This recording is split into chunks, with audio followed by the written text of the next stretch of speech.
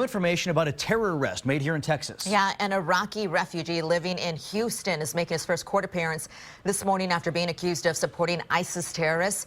Omar al-Hardan came to the U.S. in 2009, and he faces 3 charges attempting to provide material support to ISIS, that he lied on his U.S. citizenship application, and that he made false statements. His arrest comes after another person in California, Sacramento, has been taken into custody.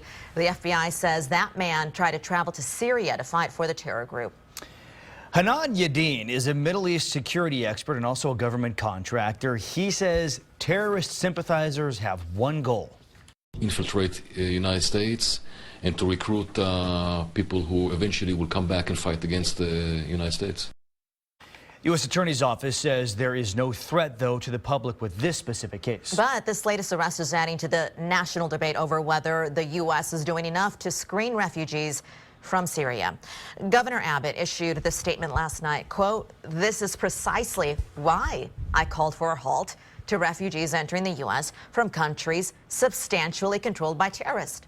The governor went on to say, "I once again urge the president to halt the resettlement of these refugees in the United States until there is an effective vetting process that will ensure refugees do not compromise the safety of Americans and Texans."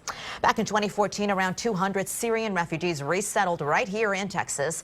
The state is now suing the federal government to stop Syrian refugees because of security concerns. Now, talk about stopping refugees from entering the U.S. started shortly after the November terror attacks that we saw in Paris. That's after one of the suspects allegedly came into France posing as a refugee. Refugee services and the federal government say Syrian refugees go through the same, or some of rather, the hardest vetting processes in the world.